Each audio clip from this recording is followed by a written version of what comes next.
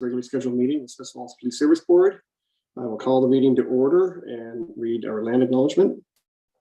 On February 23rd, 2022, we acknowledge that the sacred land which Smiths Falls is now located has been a site of human activity for over 10,000 years and is rich in Indigenous history. This land is the ancestral and unceded territory of the Algonquin Anishinaabe Nation. We're grateful to the Algonquin ancestors who cared for the land and water in order that we might be here today. We're also grateful to the Algonquin people for their contribution in the making of the Rideau Canal, which runs through Smiths Falls. We're mindful of broken covenants and the need to reconcile with all our relations. Together, may we care for this land and each other, drawing on the strength of our mutual history of nation building through peace and friendship, and being mindful of generations to come. Just an alteration to our agenda. Past Chair Hallinan is not available to attend today, so we'll look after that presentation, I guess, in the future. And I just want to give a little bit of permission to our, I'm not sure if it's a fine line between bravery and craziness, but police service members who took the polar bear plunge last week in support of Special Olympics. And of course, anyone who follows their police service knows how much of their heart lies with Special Olympians and the cause. And so we had, I guess, newer Constable McCloy, Constable Ricci, our Community Service Officer Kyogan, as well as our Chief and Deputy Chief, who all took the plunge in the Rideau last week. So thank you to all of you for your commitment to Special Olympians and doing something that most of us would probably prefer not to do. So well done. Congratulations. And at the same time, I guess, gratitude to the members of the Smiths Falls Fire Service who were there, some who jumped, some who were in the water to make sure it was done safely, as well as members of the OPP East region, I believe, and Lanark County paramedics. So a real brave group of people. And Chief, you have anything to add to that? I'd appreciate it. No, it was, as you said, it's a great cause. It is the charity of choice for the Ontario Association of Chiefs of Police as well, and certainly near and dear to myself, my entire career here. And so it was good. It wasn't as bad as I expected for the plunge. I was expecting much worse. So no, it was great. And again, a big thanks, certainly our firefighters that were in the water, keeping us safe. Thank goodness they had proper gear and proper suits to be in the water for the length of time they did, but I'm sure it was still cold on face and everything else. So it was certainly appreciated to have them on board with us and everyone else that came and jumped and spectated and donated as well. Thank you. I guess, and to the Special Olympians who were there as well, I guess, to cheer you on and give you that courage to make that plunge. That's right. That's right. Okay, that's it for my remarks. Any additions to the agenda, Chief? If I just in addition to your remarks, Chair Panko, I'd just like to introduce Stephanie McFadden. That's she is our new administrative assistant and also the secretary to the board. She started with us back in December, and my apologies that at the last meeting that I didn't bring her on. But if Stephanie'd like to just turn her camera on for a minute, we'll introduce her to the board and to everyone, and we're very grateful to have Stephanie part of our team. She's fitting in perfectly, and big learning curve, and she's doing excellent. Wonderful. Well, welcome, Stephanie. Thank you. Thank you all for having me. Okay. Anything further, Chief? No, that's all I have. If you're moving to additions, I do have one addition. Sure. And just to add to new business, under new business, just we'll make it 10A, and just to allow for our administrative advisor, Graham Witt, to just provide any updates and answer any questions. Okay, sounds good. Okay, as for the declaration of interest, any member of the board? No. Okay, we'll move into camera. I need a motion to move in camera. Moved by Rob, seconded by Jen. All in favor? Thank you. We will move in camera.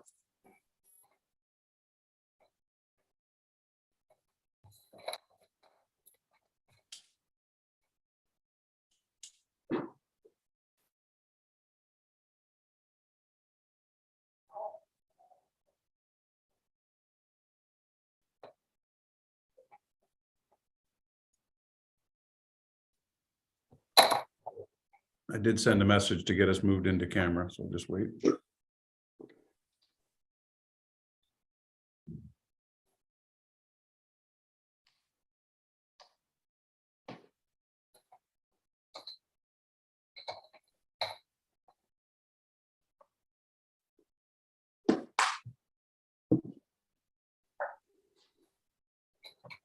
Rob, have you recovered from the exertion of Sunday evening?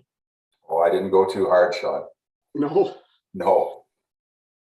That 2 days a week I play isn't enough to keep up with those boys. It's surprising how, I guess, how talented, skilled, and even speed they still have. Well, they play quite a bit. A lot of those, Phillips and the likes don't, but they just know where to go, right? It's just like driving a car to them. They just do it every day, so they know exactly where they're going. But they put on a great show. You know what?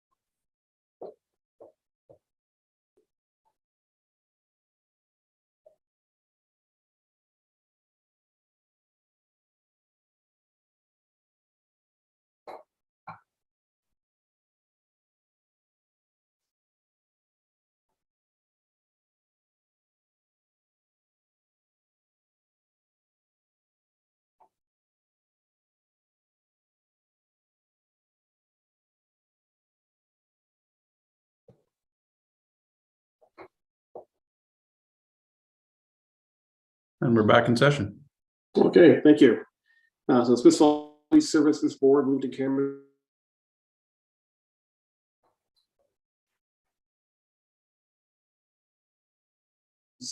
The desirability of avoiding their disclosure in the interest of any person affecting or in the public interest outweighs the desirability of adhering to the principle that proceedings be open to the public in accordance with Section 35 4B of the Police Services Act. We did discuss identifiable individuals regarding staffing, identifiable individual and person individually, as well as in-camera minutes, which were approved in camera.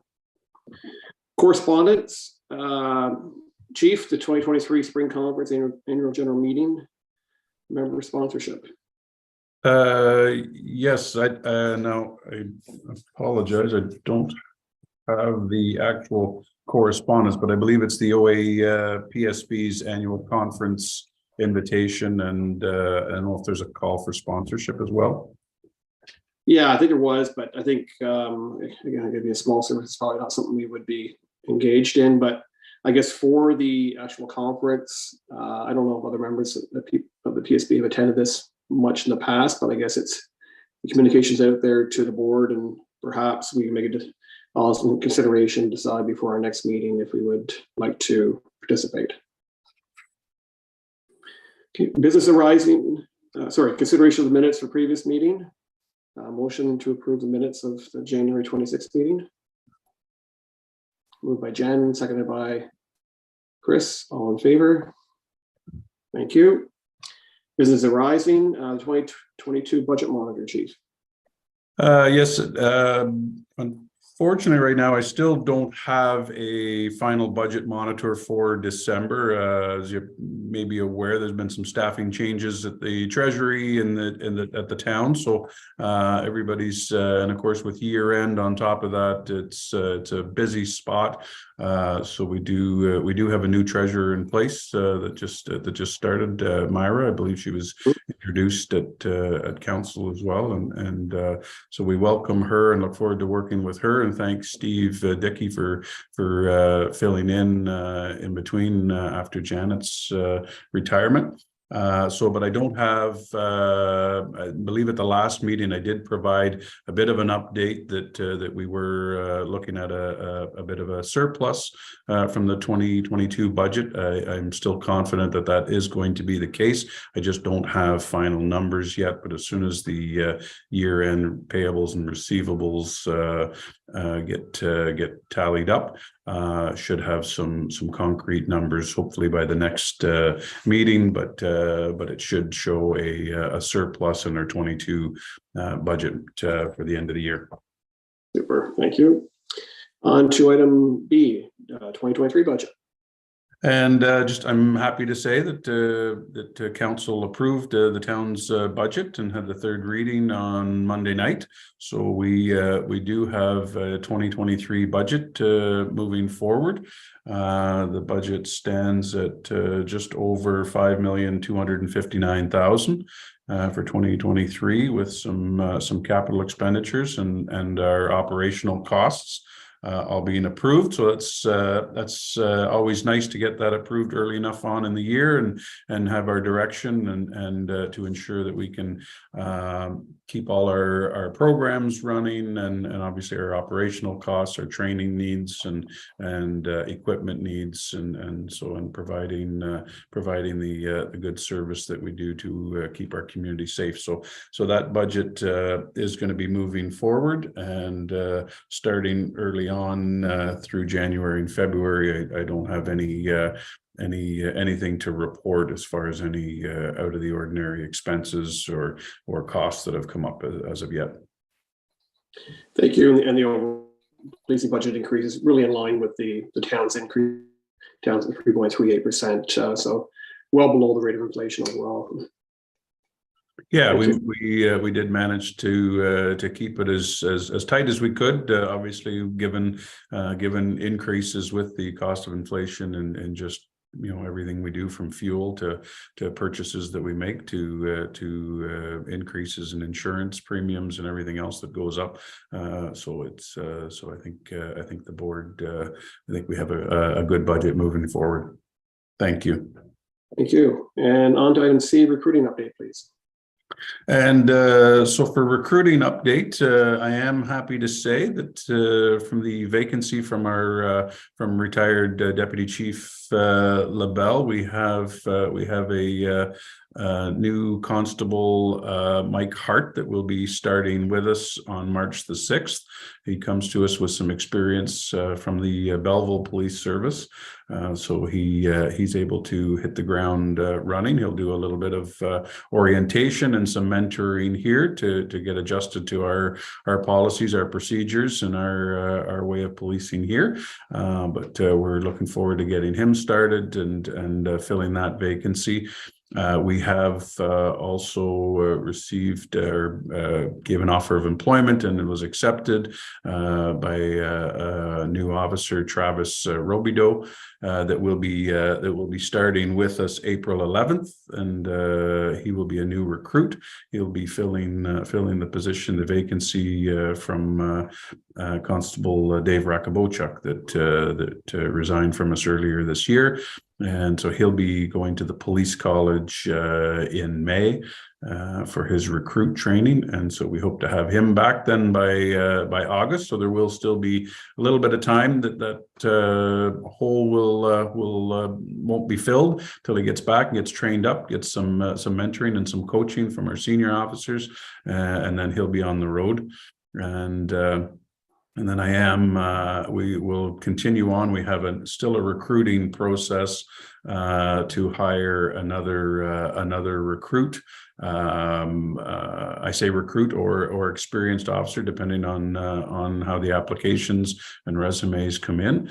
We do have another seat reserved at the Ontario Police College for a recruit, should that be the case. And that will be filling the vacancy. I am bittersweet to announce that Staff Sergeant Tom Blanchard will be retiring the end of May. After a great career here with us, and certainly wish him all the best in his retirement, and we'll certainly miss him here. Thank you. And any comments or questions? And Chief, just thank you for how do I say that? Understanding there are services across the province and probably beyond that are struggling to fill positions. I guess almost like Smiths Falls Police Service is a destination of choice and a great service to work for. So you're being successful in recruiting to fill the vacant positions is reassuring. It not easy, and I certainly hats off to the deputy that does a lot of the legwork on the recruiting side with our supervisors as well. And it is challenging to get applicants right now. There are a lot of services that are hiring, so it is sometimes a bit of work to get people to in the door. But that's hopefully that's we're working with other services in the East region as well to try to do a little bit of proactive recruiting as well, and get there's unfortunately sometimes there's negative media to policing, not always the smiles and glory, and so it's not always the most attractive job. So we're trying to paint the good picture of the rewarding side of policing. So hopefully we'll get some more applicants to choose from as well.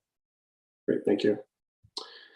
Nothing further here. We'll move on to new business and give our ministry advisor, Graham, an opportunity to share a few thoughts.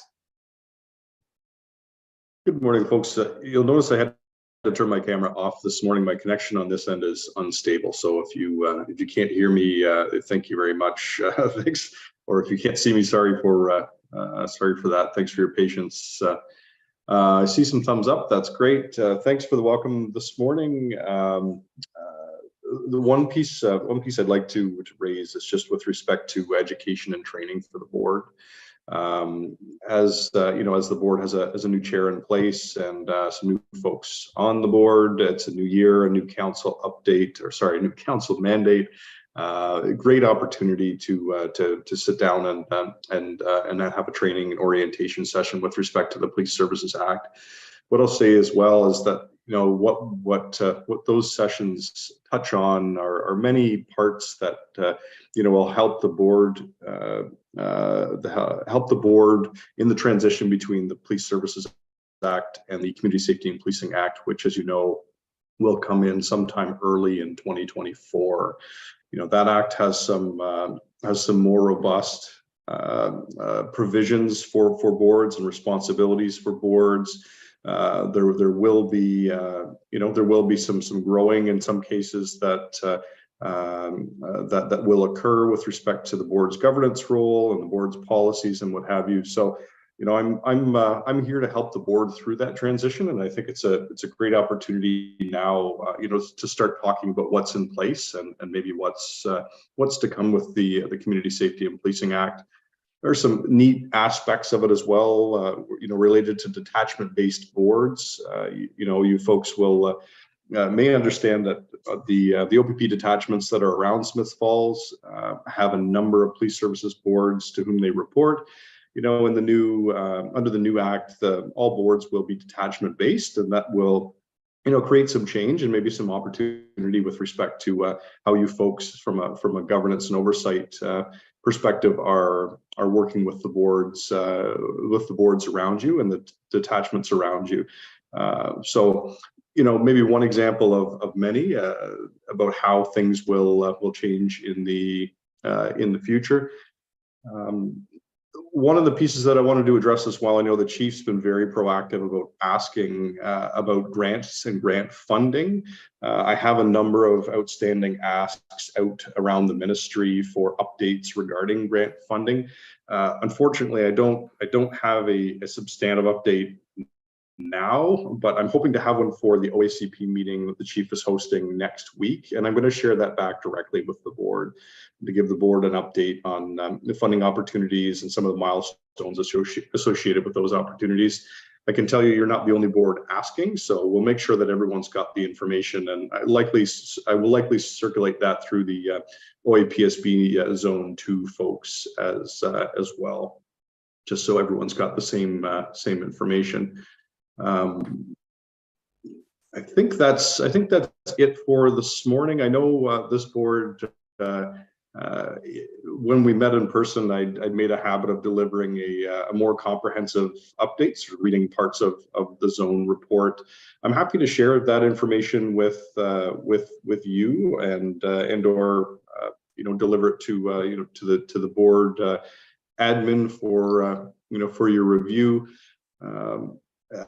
I think barring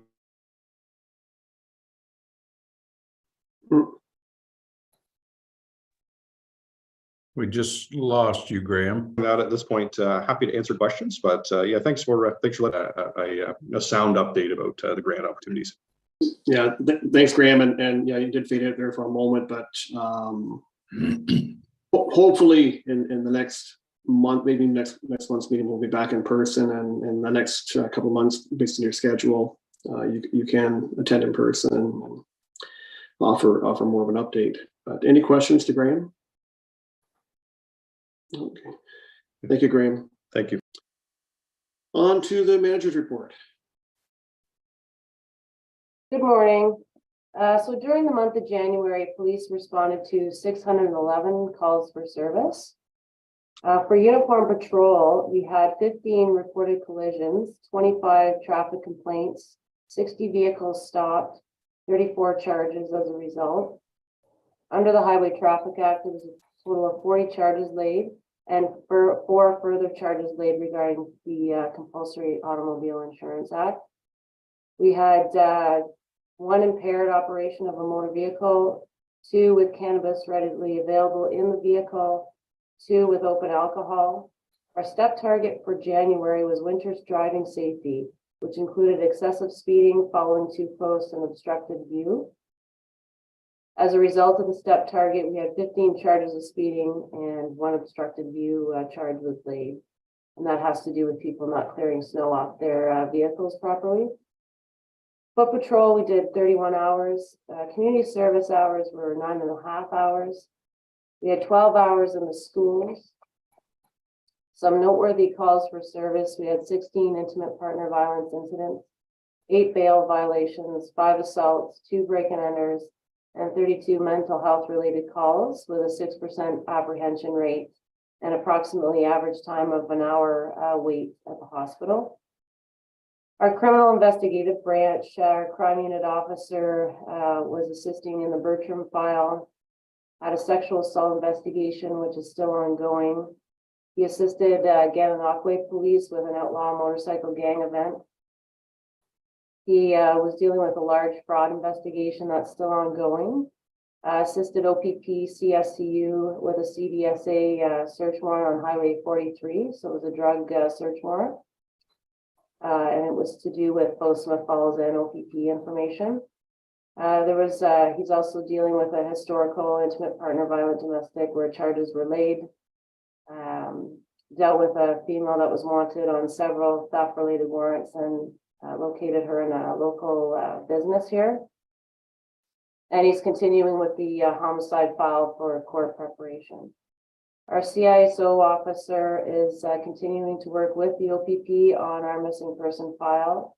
And also he happened to note persons in the area on Beckwith Street with a suspected firearm.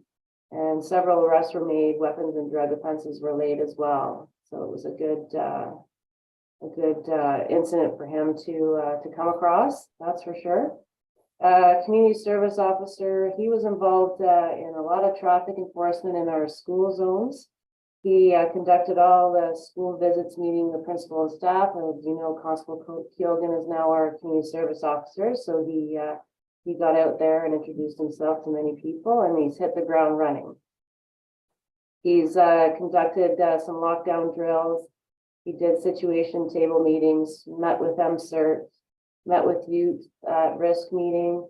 He was doing some website meetings. He did a presentation at St. Luke's regarding vaping, hate crime and speech, cyberbullying. He did a drug and mental wellness presentation to grade 12 students at the high school. He met with the Equity and Inclusion Principal, Dan McCrae, with the Upper Canada District School Board, which was helpful to provide us with some information on our hate crime campaign that we've been doing this month. Did a presentation with the Legion regarding frauds and scams. Worked on the fundraiser for January. We, as you know, we did the bowl-a-thon for Big Brothers and Big Sisters and Special Olympics, and Sean helped with organizing all of that. And then he had a meeting with the town hall and the mayor regarding equity and inclusion. He was doing a youth service collaborative meeting in Lanark County. He did some training with our Crown attorney, who has been very helpful with a lot of our officers and providing them support for Crown testifying and prep. She's been excellent. The R&J Youth Services, he had a meeting there as well. He did a sex trafficking education and prevention program in January. And there was a presentation from a lawyer that I have put out to the staff, who offers free legal support for victims and survivors of human trafficking, which is helpful for survivors and victims to get that free legal support in the justice system. And then on top of all that, he helped out on the road when we were short for officers. So he's been very busy this January, and he continues to do that. For some training and courses that we had, we finished off our first aid and CPR training. Part of our grant funding from the Community Safety and Policing Grant, I was able to get some courses. We're doing some virtual critical incident training for some of our members. Hate bias criminal investigation training on all of our officers are taking that course, as well as our special constables. 2SL LGBTQ plus S training, all of our staff is doing that training. Intro to human trafficking, all of our officers are doing that training. And then I had an Ontario-wide IPV committee meeting, domestic violence across Ontario, and that was virtual. I think the next one is going to be in Kingston, which will be nice to be in person. And that's it for the manager's report, unless you have any questions. Yeah, thank you. Any questions or comments? I don't see any, but just my own observations and having met with this Community Service Officer Kyogan. Great admiration for Constable Tompkins in that role, and he brought great enthusiasm and people skills. And from everything I've seen so far, I'm sure Constable Kyogan will do just as great a job. He seems to be very invested in the job, very interested in being part of the community and connecting with schools and everything else. So just great to see him in that position. Anything further? Yeah, we set the bar high with our community services back from the inception with Dave Murphy, and then certainly Aaron Tompkins and now Sean. And I'm happy to say we kept that bar very high, and a lot of great community involvement and a lot of buy-in, and it's been good for all of the officers. Really appreciate that collaboration and support as well. So it's worked out really well. Very valued role. Thank you. Okay, if nothing else, date and time for next meeting. Now, we noticed that Councilor McGuire was not able to attend the meeting. The return to work requirements for federal public services impacted his schedule. And so I want to try to do what we can to be respectful of his work schedule when it comes to establishing our regular meeting dates. And I'm not sure if that's going to inhibit our ability to come up with a next meeting date today, but I know that Chris is available Tuesday, Wednesday, and Fridays before 8:30 or after 4:30. So understanding before 8:30 is probably going to be a challenge to finish up. We'd have to start at even at 7. There'd be times we wouldn't be done by 8:30, and those with some kids around the house getting ready for school, 7 o'clock meeting start might be a bit of a challenge. So we're probably looking at moving to late afternoon if that works for everybody. I see Rob, that is a challenge for you. Well, it's difficult. You know, historically, we've had our meetings at 8:30, certainly 8 o'clock. The issue being is, for me, is I don't know what comes up in the afternoon. I know for the next 2 months, hopefully even longer, the Bears, I go to the Bears every day. So that's difficult for me beyond. And in fairness, with what I do here, I can't guarantee by 2 o'clock in the afternoon, something magically doesn't come up. You know, take the weather today, claims, etc. So I struggle with afternoon meetings. Preferably the mornings. Certainly earlier works for me, but I don't have kids that I have to concern myself with. Just my input. Okay, well, let's not try to schedule that at the moment. I think it's gonna be a challenge to us for us to schedule this right now. But we know we will meet in late March, so probably the last week of March, but we will communicate between the group and see what can work for everyone. Also circle back with Councilor McGuire and see if there's any flexibility in here for him to get away during the day, or if 8:30 start is okay, or 8:30 is the time he has to be done by, just to confirm that. Okay, so I'll ask now for motion for adjournment. Moved by Chris, seconded by Rob. All in favor? Thank you, everybody.